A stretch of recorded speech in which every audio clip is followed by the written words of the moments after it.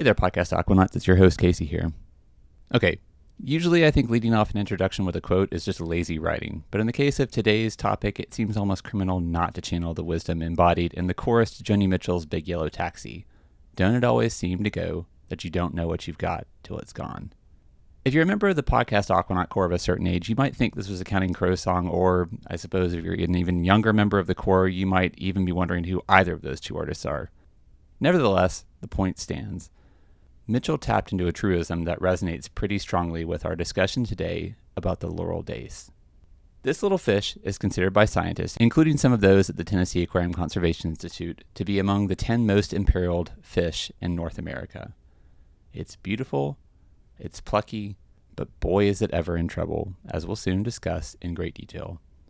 Now, as Mitchell points out, it's all too easy not to appreciate things in the moment or realize their value until they've disappeared. Big Yellow Taxi was inspired by a trip Mitchell took to Hawaii, where she looked out her window one morning expecting to see lush scenery. Instead, she saw a sea of asphalt where, to quote the song, they put up a parking lot. There are obvious connections between this sentiment and the work of scientists whose bread and butter are plant and animal species on the brink of extinction. It's easy in the rush of our daily lives to fail to ascribe value to the plants and animals with which we share this planet. Essentially, they're just furry, scaly, leafy scenery to all the hustle and bustle that otherwise dominates our field of view. But fail to pay attention to them or the challenges they face for long enough, and they literally, to borrow an apt turn of phrase, go the way of the dodo, or the passenger pigeon, or the Tasmanian tiger, or the West African black rhinoceros. And at that point, they just become another footnote. We'll read their name, sigh, and wonder what they were like when they still existed before moving on with our day, wistful but incapable of doing anything else.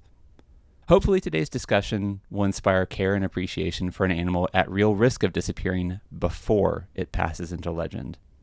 The Laurel Dace, as we'll soon discover, is definitely on the brink. It is in serious trouble, but for now, it's still around and thus possible to save.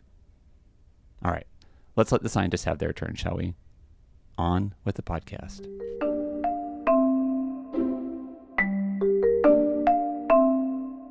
Hello, and thank you for joining us for another episode of the Podcast Aquatic, the official podcast of the Tennessee Aquarium. Today, I wish that I could say that we had a really happy topic to talk about, but unfortunately, today's topic is about an animal that is probably one of the most imperiled species on the planet and just so happens to be in our own backyard. But before I get too deep into this topic, I want to introduce the guest for today's episode, Dr. Anna George, who is a returning guest. She's our Vice President of Conservation Science and Education. Anna, you were most recently with us to talk about the Endangered Species Act, and here you are yet again. I know, and I'm so glad we already covered the Endangered Species Act because some of what we talked about before will absolutely come into play today as we talk about that critically endangered species, the Laurel Dace. And Abby Hulsopple, you are our recovery biologist, and also, did I say your last name right? Yes, and yes. Good. Okay, so Abby, before we get too deep into the weeds talking about the Laurel Dace, let's talk about what your job is. So what does a recovery biologist do? Yep, so my background is all in studying freshwater fish biology, and I really became passionate with working with threatened and endangered fishes. And so as a recovery biologist, I focus on trying to recover those species that we're interested in. So a lot of my job is going out into the field and doing some field work. I coordinate most of our grants to make sure all of our projects are staying on track throughout the time and, plan our field crews. And then I also manage some of our summer interns and help them gain experience in doing field work with these kind of species. So when you say that you had an interest in endangered and imperiled species, what was the genesis of that interest? So I'm from New York originally. I went to school in upstate New York and I was studying fisheries management, which is, for those who don't know, it's more like managing like sport fish populations. But then I actually had the opportunity to be an intern. I was the George Benz Fellow for Ichthyology in the summer of 2017 here at the Tennessee Aquarium Conservation Institute. I remember going into a cave with you. Yes, exactly. So I worked closely with Bernie Kahata, our Aquatic conservation biologist. We're laughing because Bernie can never remember his title here at work, so it's only fitting that no one else can either. Yep. So I worked closely with Bernie, learned a lot from him in my time there, and when I went back to New York, I was disappointed by the amount of biodiversity there, and I was ready to come back to the Southeast. So I came back, got my master's at Tennessee Tech, doing some work with an imperiled species in the Duck River, and I had been fighting to come back here ever since. And I finally joined the Tenacity crew about 2 years ago. And Tenacity, that's one of those acronyms that we use pretty liberally around here, but that is just shorthand for the Tennessee Aquarium Conservation Institute. I'll point out that Tenacity is also the Cherokee word for this land that we live on, Tennessee, and it is also the scientific name of the snail darter, Persina tenaci. So the snail darter was named in honor of this land. So it's really a meaningful word to us, which is part of why we shorthand it the way we do. And the snail darter, to thank you for that wonderful segue, because the snail darter is a species that has a pretty storied history here. We did cover that in a little more detail than I think we're going to today in the episode that you were on previously about the Endangered Species Act. It is a success story of the Endangered Species Act. However, the species we're talking about today, the Laurel Dace, is experiencing some pretty profound. It's not yet a success story. How about I just save us and call it that? That's a nicer way to put it. There is still time, though. I am ever an optimist. You can't work in conservation and be successful at this without a healthy dose of optimism. So while things, and we're going to say this over and over, things seem dire right now for the Laurel Dace, but there is always a chance. As long as some of us are willing to act, it is never too late. So not yet a success story. Let's explain, though, why we're even here talking about the Laurel Dace. What challenges does the Laurel Dace face? Well, what is a Laurel Dace? We should start there. Let's go back to absolute basics. Let's go back to the very, very basics. That's a good idea. What is a Laurel Dace? Whoever wants to take it. Yeah, so the Laurel Dace is a small, brightly colored fish that lives in our backyard here. It lives on Walden Ridge in Tennessee. And it was originally found in 8 streams on the plateau. It is now found abundantly in... Whoa. No, don't do the now yet. We still have to tell a little more about the Laurel Dace, Abby. Come on. So I just want to tell you about this fish. They are so beautiful. This is where a podcast is not helpful, and I hope somewhere, some way, you can find a photo of this beautiful fish. They have a bright red belly. They're in a group of minnows called the red-bellied dace, and those red bellies are pretty obvious. They have yellow fins. They're so colorful. You can see this color from the surface of the water because they live in small creeks and they are clear water. So you can just walk along the banks of the creek and actually see Laurel Dace. And amazingly, some of the surveys for Laurel Dace have been done by binoculars. So we have science friends. That sounds bad. Scientist friends. We have scientist friends. And they literally walk up and down creeks watching fish through their binoculars, kind of like bird watching, but fish watching. Laurel Dace also have very tiny scales. They're known as a fine-scaled minnow. And so that means they're a little more delicate. It's a lot harder for those fish because it's easy for those tiny scales to fall off. And so we want to be sensitive to that. Other things I love about the Laurel Dace, they were named because mountain laurel, the plant, grows along the creeks where they occur. My favorite shrub. Of all shrubs, it's my favorite. It's really funny. Dr. David Etnier, the longtime ichthyologist at the University of Tennessee, once complained to me in the field that laurel was not right because it was an asymmetrical plant.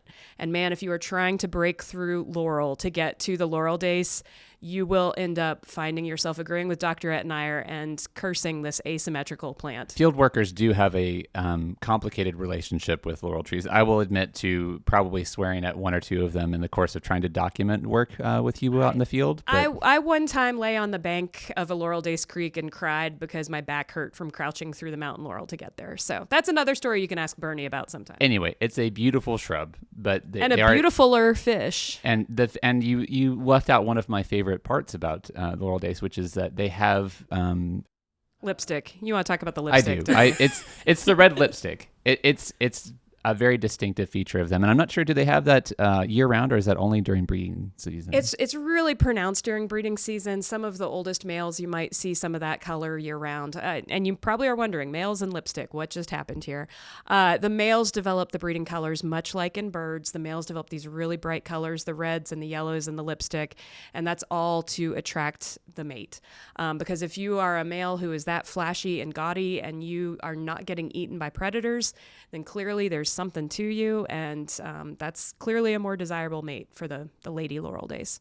All right, so we've established why the Laurel Dace is such a beautiful fish, and you, Abby, talked about why it's so rare, which also makes it pretty special. Now do we feel like we've covered enough of the why it's... I mean, do you think our listeners feel like they care about the Laurel Dace now? I That's hope what I so. really want to make sure of, I is hope that people so. care about the Laurel Dace, because we need you to care about the Laurel Dace. Well, let's hear from you then. Those of you out in the podcast Aquanaut Corps, if you are inspired by today's discussion about the Laurel Dace to have better feelings toward it, or would just like to know more, please do email us at podcast@tnaqua.org. But, Abby, why is the Laurel Dace in trouble? Yes. So as I was saying, the Laurel Dace was originally found in these 8 streams. So it already had this really small geographic range where it was found in the wild. And since it was originally found, there have been a plethora of problems that the Laurel Dace has faced. A plethora, you say? A plethora, yes. So it's not just one thing that has caused the decline of the population. So we face issues in that area of the plateau with some poor agricultural practices. These farm fields that have a lot of plastic on top of them cause some pretty extreme runoff and can cause major siltation of those streams up there. So a lot of the habitat up there has been degraded from siltation. Siltation meaning dirt? Meaning dirt, yes. Okay. Yeah. So why is dirt a problem? Dirt is a major problem for these species because they most of the dirt is like this kind of lightweight. It's easily picked up during storms. And so especially during spawning season, if these fish lay eggs and they're laying on the bottom and then there's a rainstorm, it'll pick up all of that silt and wash it downstream and completely cover those eggs. And so it can suffocate an entire year class of the Laurel Dace species, and then you're missing a future generation of these fish. And so remember how we talked about the lipstick of the Laurel Dace? Yeah. If you can't see an impressive looking male to mate with, you're not even going to have those eggs in the first place. So we need those clear streams without the dirt in them. Streams on the mountain should be clear. We should be able to see into the water. They shouldn't be the color of chocolate milk. And also when they are the color of chocolate milk, not only does it stop the actual spawning behavior of the fish, but it can also harm their feeding abilities. They can't see what they're trying to eat, and they can't see a predator coming or other things like that. So it harms the way that they act naturally in the stream that should be clear. And besides the plague of dirt, what else? Are there other challenges they face? Yeah, so there's other challenges. So there's things like what we call aquatic connectivity. And so up there on the plateau, there's a lot of logging roads, and they'll put in kind of temporary culverts. And a lot of these can be, like a circular pipe, and they'll place it not directly on the stream bottom. And so it will become what we call a hanging culvert. And that's just something that, say the water level drops below that culvert, now the fish from downstream can't move to upstream anymore. And a culvert, just for people who maybe are not familiar with that word, you have seen them countless times when you're driving down roads. It's just the pipe that runs under the road that you're driving on. So most people don't notice these. This is what's special about being a freshwater biologist, is you start to see things other people don't see. So we see culverts everywhere. Everywhere there's a stream crossing, every little channel that you might think of, a culvert represents a major obstacle when you are a 1-inch fish. Ever since we have gone out in the field and done evaluations of culverts to measure how easy they are for aquatic animals to move through, I cannot drive past one without being like, oh, that looks like that's a bad culvert. That one looks like it's kind of hanging. Or sometimes you see a really good bridge and you're like, wow, I know that the fish in that stream are moving well. So there are impediments to their ability to navigate through the streams. Yes, and so like those two, the sedimentation and the culverts, those relate to habitat destruction, and so it's taken away the habitat. They only had 8 streams to begin with, and now we've degraded some of the habitat that they preferred to live in, and that just decreases their preferred habitat even more. There's also invasive species in the area. So there are some species that are native to the United States, but they're not native to these headwater streams. And so there's sunfishes and basses. particularly the green sunfish. It's a fish that has a really big mouth, and they're a predator of the Laurel Dace. Like a Laurel Dace sized mouth. Laurel Dace sized mouth, yes, exactly. And so there's these ponds up, like farm ponds that they use for irrigation, or just, a pretty pond on their property. And sometimes people stock those with fish that they'd like to catch or whatever. Over time, there have been, floods on the plateaus, and those farm ponds will flood, and the invasive species will get out and into the stream. And again, they don't become invasive until they get into the stream, and then they take over the habitat and can outcompete and obviously eat the Laurel Dace.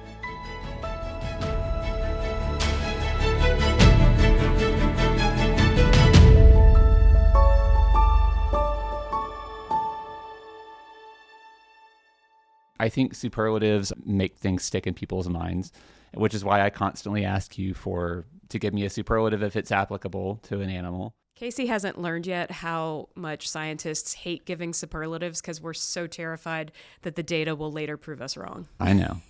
But if we want people to pay attention... These fish are at the brink of extinction. I am very comfortable with that superlative. Okay, so Abby did a great job of cataloging how many terrible things are plaguing the lives of Laurel Dace. There's more. I haven't finished. There's more? Okay, carry on. Especially recently, there is a big threat that has come, I guess, to our knowledge. I guess we've learned about it in the past few years, and that is the yellow grub disease. And so this is essentially a little grub that can burrow its way into the Laurel Dace's skin. And it creates this is gross, but it creates like cysts in the Laurel Dace, and they essentially look like zits. Yeah. And these grub some Laurel Dace, they have 1, some have 2, some have 15. And so that infestation can get pretty serious. It's particularly bad in one of the creeks. We have about 2 creeks right now where we have strong populations, and in one of those creeks, most of the Laurel Dace in the stream have this yellow grub disease. And so the yellow grub has an interesting life cycle. It requires 2 hosts, a snail and a bird. 3 hosts total. 3 hosts, a snail, a bird, and a fish. Yep. So other than the Laurel Dace, 2 hosts. It starts its life cycle, I believe, in the snail. I mean, what comes first, the chicken or the egg? Yeah. The grub or the egg of the cyst? For this application, we'll start in the snail. It starts in the snail.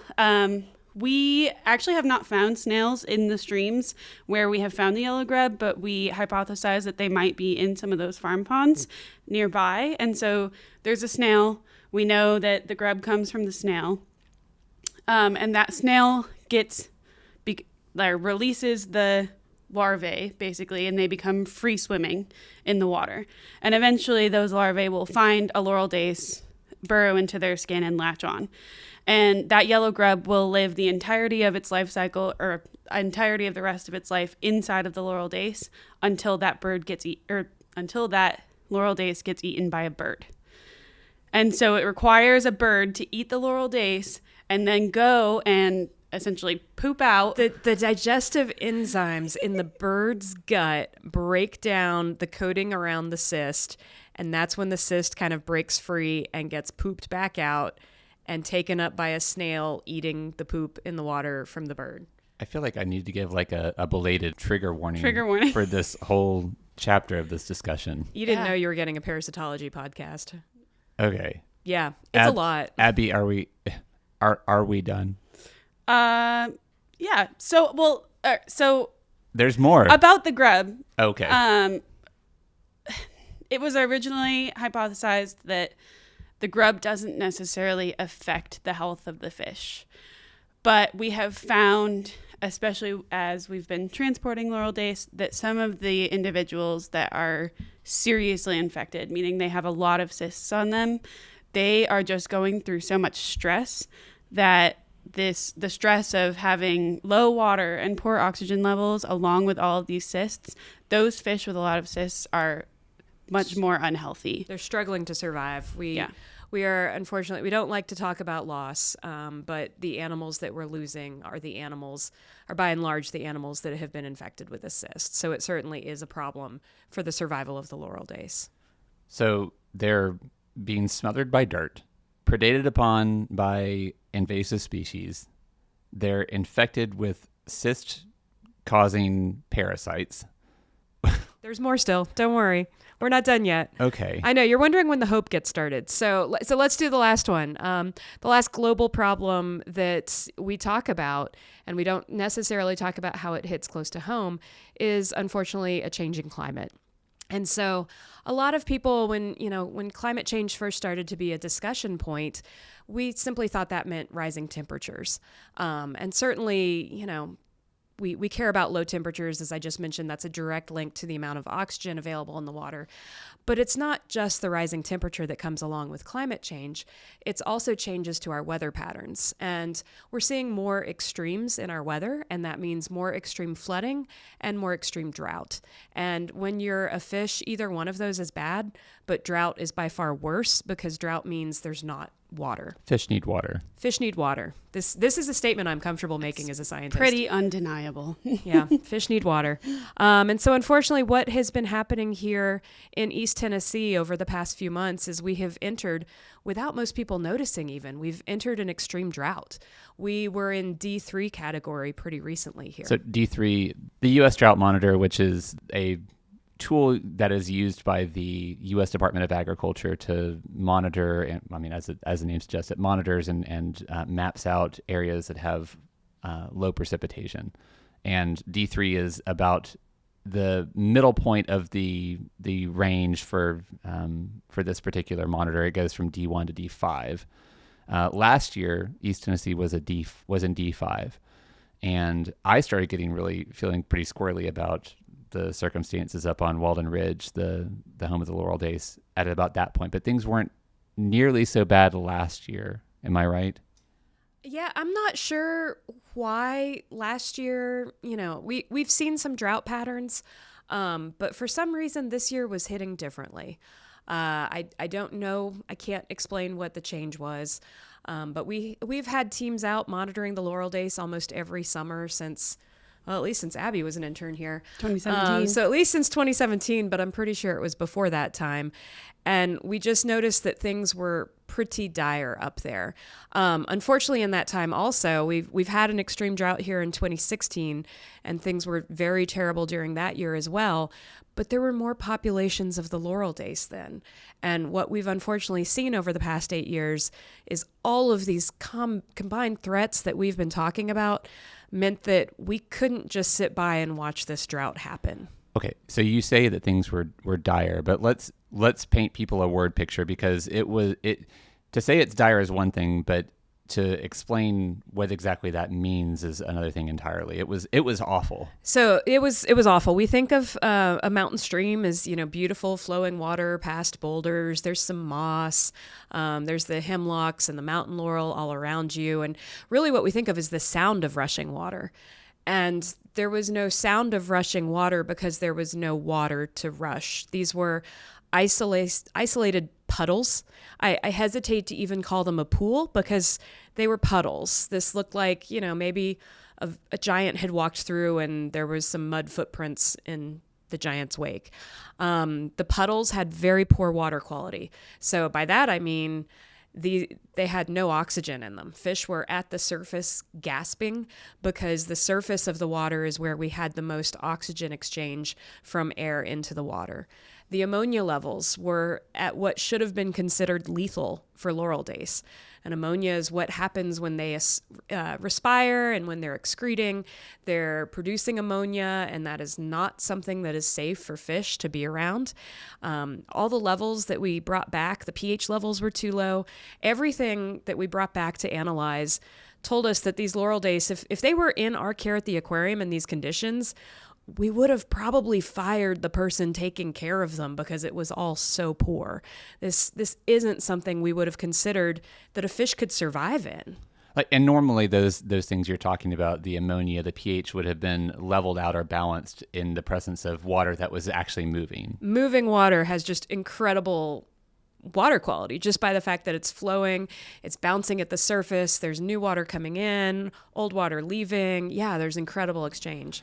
Yeah, when we were out doing, and we're going to talk about the efforts that we've done to save the Laurel Dace. I think that's probably the next path this conversation is going to take. But the puddles you're talking about were so shallow that they literally were, your socks were dry. You were out in the field, and normally when we go out in the field, where everyone's wearing waders except for me because I'm a hillbilly and I like to go without them.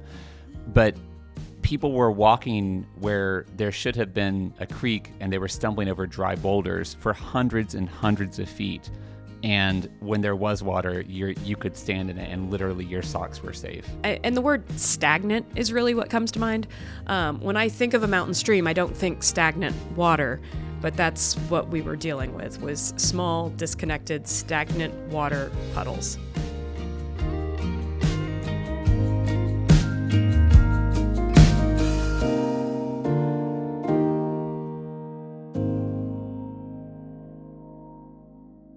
So we saw how bad things were on Walden Ridge, and that was thanks to a graduate student working at the Conservation Institute this summer, Christian. I'll go ahead and drop his name.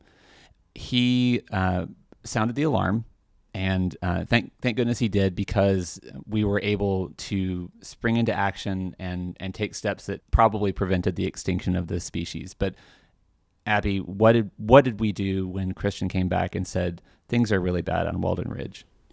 So the first step to all of this was coordinating with the U.S. Fish and Wildlife Service and the Tennessee Wildlife Resource Agency. So we had to get permits. Basically, we had to be allowed to go collect fish from the wild, because these are federally endangered fish. They have certain protections. So we had to make sure that we were coordinating with the right people and making sure that we were approved to do the work we wanted to do. And then we set off to go rescue the Laurel Dace. We went to one of the two streams that we knew was drying faster than the other.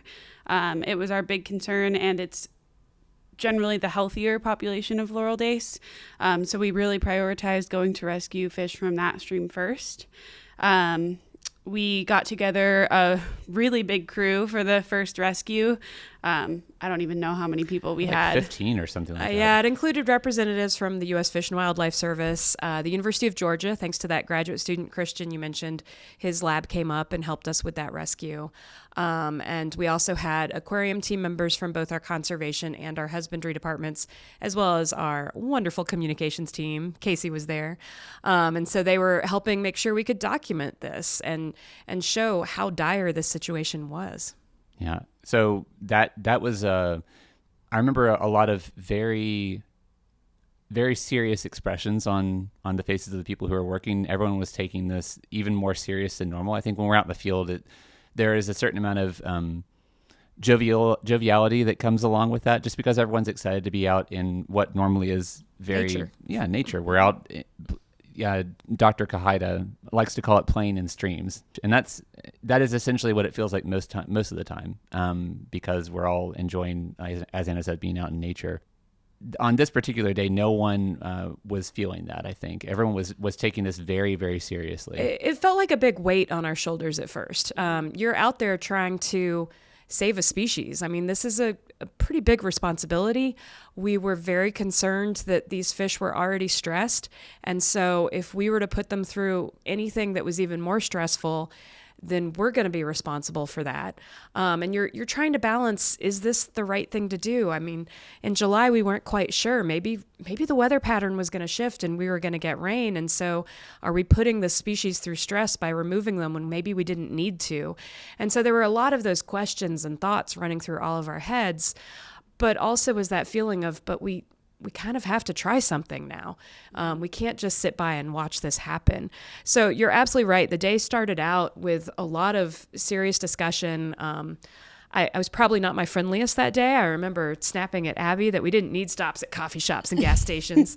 But I will say that pretty quickly changed as we started to collect dace and get them and put them into a bucket with clean water and see the fish immediately start improving.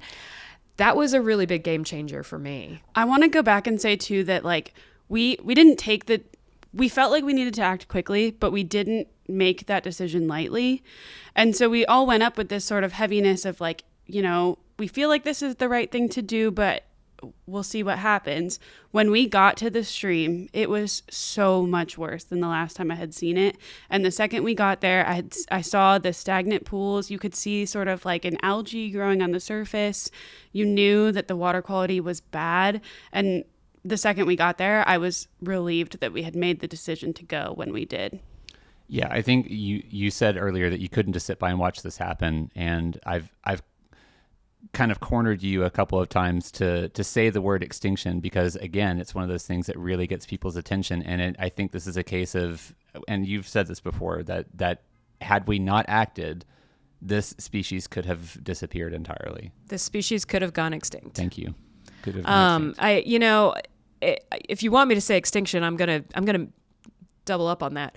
All the things that Abby described, all the reasons why the Laurel Dace are headed in this direction are what we call in science an extinction vortex. It means that when you're a small population, all of these things become additive. And if you're a small population, it's more likely that disease becomes problems. It's more likely that you have low genetic diversity and you don't have variation that can respond to these changes. It's more likely that a single event can wipe out an entire population. And so the Laurel Dace are in what we call an extinction vortex. I mean, this situation is dire. So the end result of the work that we did that day was we collected how many individuals? 107. Oh, thank goodness Abby has the exact number. I can't remember day by day. I just remember the grand total. We did a total of 5 rescues from July and through September. That first rescue was really just we don't quite know what's happening. We don't know how they're going to do in our care. I was wrong. It's 106. That was pretty optimist. That was pretty good dang recall. close. That was pretty good recall. Let me get back to the serious tone now. That first rescue was we don't quite know what's happening. We think the weather pattern could shift, but in case it doesn't, let's bring some back and see if we can start taking care of them and if they do well. As Abby just said, we brought 106 back. They did start doing well, but unfortunately, the situation wasn't getting better. And so each visit was an attempt to say, let's do a little more. We're seeing fewer and fewer of these isolated pools each time we go. There were 2 creeks that we have visited because those are the only 2 creeks that we know that Laurel Dace still remain in. Over time, we also had a national fish hatchery join on board with us, and Wolf Creek National Fish Hatchery up in Kentucky said, yeah, we have some room. We're going to be able to hold some as well. We also spread the fish out between 2 different aquarium buildings, because when you have an entire species housed under a single roof, that's not just extinction vortex. That's like really kind of putting all your eggs in one basket there. One power outage and things go really things go terribly wrong. So we were so relieved when these offers of help started coming in and when the aquarium was able to make even more space available. So now we have 298 Laurel Dace in our care in these 3 different institutions. So 298, not quite 300. What does that represent in terms of the overall population of this species? Man, that's the question I wish I could answer. We don't know. I'm willing to guess that's at least half of what remains on Earth at this point. Is that 75%? I hope not.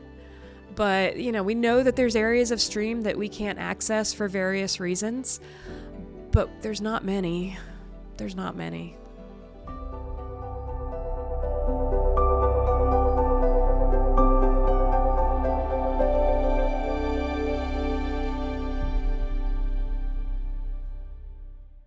So you mentioned earlier, Abby, or actually you have mentioned before, and actually, Anna, you mentioned today that you kind of have to go into this field of work with some degree of optimism because you are working with imperiled species. And when you come out of a series of rescues like this, where is your optimism at? Where do you get optimism in a situation like this, or do you? Well, I have a ton of optimism. First off, I can't tell you how meaningful it was to every single person who was there that day that we were actually doing something for the Laurel Dace. Just the act of rescuing these fish and bringing them back to our care where they are settling in fantastic. They're doing great. That's a really meaningful feeling. And so that's the initial surge of hope that lets you start charging forward on other actions. The other optimism comes, though, from the fact that we have worked with these fish for over a decade now. So Bernie and I actually wrote the recovery plan for the Laurel Dace that was modified and adopted by the U.S. Fish and Wildlife Service. And that recovery plan is part of, oh gosh, we're about to go ESA again. It's part of what the Endangered Species Act calls for, is it's not just going to put a fish on a list and say, hey, this thing is in trouble. It's going to also give you a mechanism to guide it back to recovery. And the recovery plan is just that. It's that guide back to health for the species. And so in that recovery plan, we lined out the different tasks that needed to be completed to recover the Laurel Dace. And then, because we had written it and it was adopted, we started working on the tasks of the recovery plan. So one of the very first tasks was we need to figure out how to propagate Laurel Dace in human care so that we can recover these streams they lived in before, and then we can put Laurel Dace back in them. And so back in 2018 and 2019, the aquarium has already spawned Laurel Dace in our care, and we have successfully had baby Laurel Dace. I mean, that's great to already have that knowledge before we're in this critical situation. We've already done the heavy lift over there. So we knew a lot about what we were bringing the Laurel Dace into. But another main provision of that recovery plan was we need to recover the habitat. We can't have Laurel Dace back in these streams without recovery of habitat. And so the aquarium and a huge group of partners came together and started some really important work to say, how do we get money to work with farmers and landowners where the Laurel Dace is found so that they have the ability to implement some of these practices we've talked about. Farmers are just out there trying to scrape by a living like the rest of us. They don't have infinite resources for conservation. And they've got to eat too. They've got to eat too. And we need And to eat. we have to We eat. have to eat too. So we need healthy farms. So this group of partners was awarded $10 million through the U.S. Department of Agriculture, through the Natural Resources Conservation Service, and a regional conservation partnership program. And holy cow, that was just a long list of titles. But you didn't use one acronym, I which didn't I'm really use proud one. of. That's why it just took me like 16 words to say it all. So this regional conservation partnership program said that all of these partners, which includes other nonprofits, it includes land trusts like the Land Trust for Tennessee and Ten Green. It also includes state agencies like TDEC, the Tennessee Department of Environment and Conservation. And all of these partners came together and said, over the next 5 years, we're going to invest $11.8 million in conservation programs on the ground in this region. And so the federal government said, then we're going to send an extra $10 million there. And so we have this funding that we're able to spend for our farmers and landowners in this region to help them implement those practices that might save the Laurel Dace. And I think we're probably going to dive a little bit deeper into that program on another episode, because I want to bring in the person out at Tenacity at the Conservation Institute who works directly with the farmers to talk about that interaction that happens, because there is a history of there being friction between scientists and landowners that I think we're doing some important work to smooth out. And Helena Gomez is our watershed coordinator. Good job with the titles. Yeah. I'm trying to remember. Better than Bernie. Yeah. I want to bring Better than me. I want to bring Helena in to be a guest, because I think her work is very important and I don't want to give it short shrift. But yeah, that is a very important program, and I'm glad that you are getting some degree of positive feeling from the fact that these resources do exist. And you said that we have this money to spend. For clarity, we're not actually the ones spending the money at the Conservation Institute. It's not money that we have. We are helping to decide how that money is allocated based on requests from landowners or proposals. Exactly. So private landowners, if they say, I'm interested in doing some different conservation practices, they walk into their local NRCS office, the Natural Resources Conservation Service. And that's where the relationship starts. Sometimes it starts with us just letting them know that this money exists. And so really trying to do that outreach, which is a lot of Helena and Drew Hardy, their work is really making those connections. But the landowners decide, these are things I'm interested in doing to protect water quality. Our role in that is really just saying, these are practices that we really want to see promoted in these communities, because we really know that these practices will help repair habitat, will help repair the water quality, the stream health, everything that these beautiful fish need. And so we get to help on that back end of things. But no, it's not like the aquarium got $10 million and we're just out doing Oprah style checks. That would be a lot of fun, though. That would be awesome. That would be so fun. I wish that were the You get a fence and you get a fence. Okay, so the long version of this story is what we've talked about, all the many things that are affecting the Laurel Dace and making life for them pretty miserable. But I'm glad that we have at least a little bit of an emotional ski jump at the end to give us hope, because I think it's important to feel hope. Otherwise, people kind of write things off. Well, I think that's one of the most important things about this rescue is that this, I've heard a lot of questions of like, well, what are you going to do next? And the answer is I'm going to keep them in our care while we busily work on fixing the habitat for them. And so as long as we can keep them safe at the aquarium and do that work on the ground, improving stream health, we're in a pretty great spot for the Laurel Dace, where this is going to be one of those moments we look back on and say, aren't we glad we acted? Aren't we glad we chose to do something instead of sit back and just be pessimistic about the world?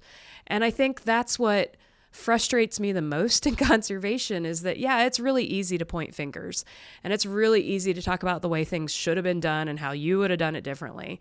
And it's a lot harder to get in there and do the work, but man, does it feel better than just sitting around blaming someone else. Yeah. Anna and Abby, I don't want to neglect your part of this. So what gives you hope? I mean, same thing as Anna, or does something more specific make you feel better about the Laurel Dace's prospects? Because again, your entire job is wrapped up in animals like the Laurel Dace at varying degrees of imperilment. Mm-hmm. I will say that one thing that has given me hope very recently is that it rained recently. We went back up yesterday to visit the streams and put some eyes on them, and they're full of water again. Unfortunately, because of the hurricane that came through, we got a lot of rain here in the area, and although that was horrific for other parts of our state, we really needed that water here. And so the two streams where Laurel Dace are still living, those are full of water again and flowing. Now, that's not to say that if the rain stops and we have another month of dry, that those streams won't dry up again. So we're hoping for continued rain. We're continuing to monitor that U.S. drought monitoring map. And hopefully soon some of the fish can go back into the stream. Okay. Well, hopefully that is what happens. And I would love to come back and do a follow-up episode where we talk about the fact that we triumphantly took these Laurel Dace back to their homes. But normally I would ask this at the beginning, but I think it behooves us to talk about this because we are talking about a small stream fish, and the phrase that's bandied about a lot in the zoological industry, so among zoos and aquariums, is charismatic megafauna. Yeah. Charismatic megafauna. So things that are fluffy and cute, that are easy to love and easy to care about. Why should people care like we care that this little fish that only exists in two streams is saved from this particular extinction event? Why should that matter to them? So Bernie always gives an answer for this that I really love. And the Laurel Dace are sort of like the canary in the coal mine. So these species that are really imperiled or live in a small area, when they start to blink out, their populations start to disappear, that sends an alarm signal to us that something is going on in these streams. And it's something like, it could be something invisible, like water quality issues that we're not going to see with the naked eye, but we can monitor the species in those streams and notice that something is wrong. And so it kind of sends an alarm bell for the rest of us to start trying to figure out what's going on in that area. And it can help to protect, when we do that work, it can protect the species we're interested in, but it also can have this like larger effect on the population within those streams and really help to protect other species as well. Anna? I've answered this question a million different ways, and I typically actually try to turn it back to the person asking me the question and figure out what their values are and try to like use the values to answer the question. But I lately have found myself wondering, why am I getting asked that? Why shouldn't I care? Like, I now want to ask the person back, like, why don't you care? Like, why are you judging me for caring? Why don't you care yourself? For the record, I do care. I know you care, Casey. I know. I'm staring him down right now. But I do think for some reason we feel like we should be on the defensive about this. And I think that's crazy. I think that, of course, we care. We care because we have compassion in our hearts and we want to see all things on this planet flourish. And so I'm going to stop answering the question and just charge it back from this point forward. Of the next time someone says, why should I care about the Laurel Dace? I'm going to say, why shouldn't you care? Tell me that. There's also, it's like they have intrinsic value. It's just Everything all does. Species have intrinsic value. Everything and so why has not value. care? Yeah. Yeah. And it makes my life richer to care. Like, I don't know. It's part of being a human, a compassionate human, means that I care. And I'm proud of that.